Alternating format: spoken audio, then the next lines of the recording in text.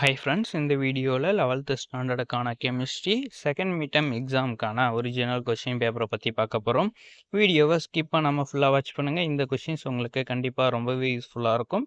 இதில் கொடுத்துருக்கக்கூடிய கொஷின்ஸ் எல்லாமே மோஸ்ட்லி இம்பார்ட்டன்ட் கொஷின்ஸ். கண்டிப்பாக இதிலேருந்து நிறைய கொஷின்ஸ் ரிப்பீட் ஆகும் உங்களுடைய செகண்ட் மிட்டம் எக்ஸாமுக்கு.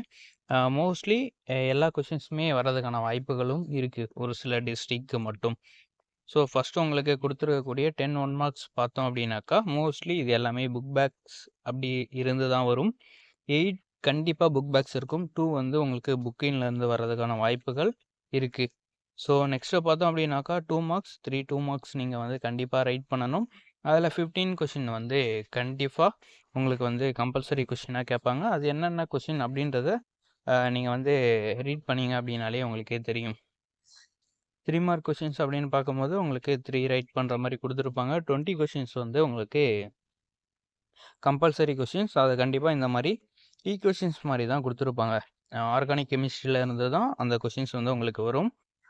நெக்ஸ்ட்டு பார்த்தோம் அப்படின்னாக்கா உங்களுக்கான 5 மார்க் 5 மார்க் எழுதுகிற மாதிரி கொடுத்துருப்பாங்க. 6 கொஷின்ஸ் கொடுத்துருப்பாங்க.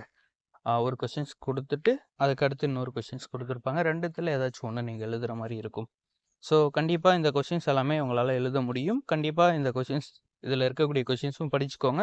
எக்ஸ்ட்ரா நீங்கள் ஆல்ரெடி படித்த கொஷின்ஸ் அது எல்லாமே படிச்சுக்கோங்க. கண்டிப்பாக யூஸ்ஃபுல்லாக இருக்கும். ஓகே ஃப்ரெண்ட்ஸ், உங்களுக்கு வேறு என்ன சப்ஜெக்ட்டுக்கான கொஷின்ஸ் வேணும் அப்படின்றத மறக்காமல் கமெண்ட் பண்ணுங்கள்.